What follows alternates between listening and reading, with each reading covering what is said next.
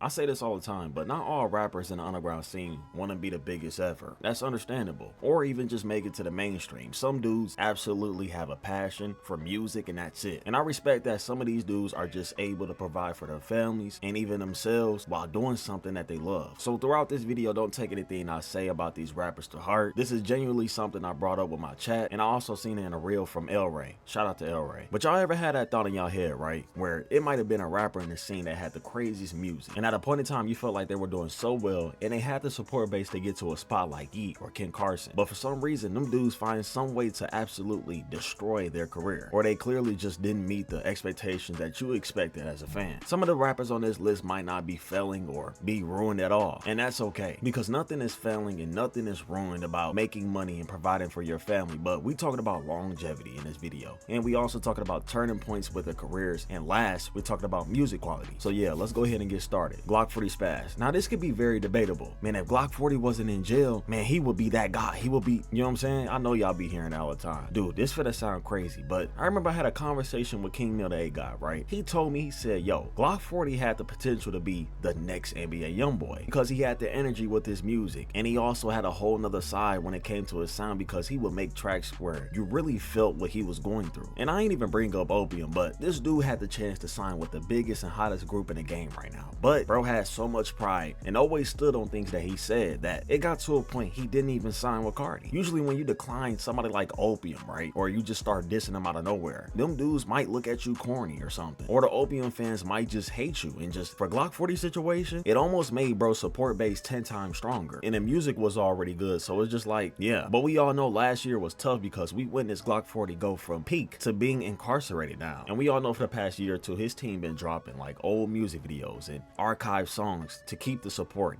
and the hype that he still has left. And don't get me wrong, he's absolutely doing well for a guy that's behind bars because they release a lot for him. Sometimes I think they even take the archive songs and change the beats and just add features on top of them, you know what I'm saying? And somehow it just still works. It might not be the biggest song ever, but it still works for his support base because we all know the fans hope for the dude to get out and continue what he had going on. But the one thing nobody want to talk about is longevity with Glock 40. They don't want to talk about that because yeah, we could say all day, yeah man, if Glock was out right now, but let's actually keep it real. It ain't happening no time soon. And the biggest question is, how long is it going to be before Glock 40 and his team run out of archive music to keep putting out? Because eventually it's going to happen, y'all. You know what I'm saying? He ain't got that much recordings left, and with the new scene that we have right now, it's all about being consistent. We all know the dudes in this new scene, their faces are everywhere, you feel me? With this 2024 group, that's all it's about. This might be the decline for his career and future. And next, I've been seeing it lately, I want to talk about XO. Now of course Saya, we all know he wasn't the biggest rapper of course in this scene, you know what I'm saying? And yes, I was around during that time in 2021 and 2022 where he was popping, you know what I'm saying? Not only was he being talked about so much because of that whole jerk wave, but in late 2023 throughout the start of 2024, he was trending for literally being ugly. Not even trying to be funny, the dude was trending for that. Every time he'll make a post, every time he'll make a video of him just being himself or something like that, dudes will be joking about his looks and he will literally be popping off like that. And he would do a smart thing by pulling all those dudes that was making fun of him and all that to his music. And eventually he just kept making these trailers and these TikToks and stuff like that, and some people actually thought that bro music was fire. And like I said, I don't think Saya was on a rise to be the biggest rapper ever, but he definitely had his own fan base. And before Laser took off for his personality, Saya was a really funny dude, and he was also known for his personality too. But a few months ago, that all kind of went downhill because nobody really knew, but Saya went to jail. And I don't know exactly about the charges or anything like that, but all I can say is that I think he robbed somebody or something. I'm not sure what it is, but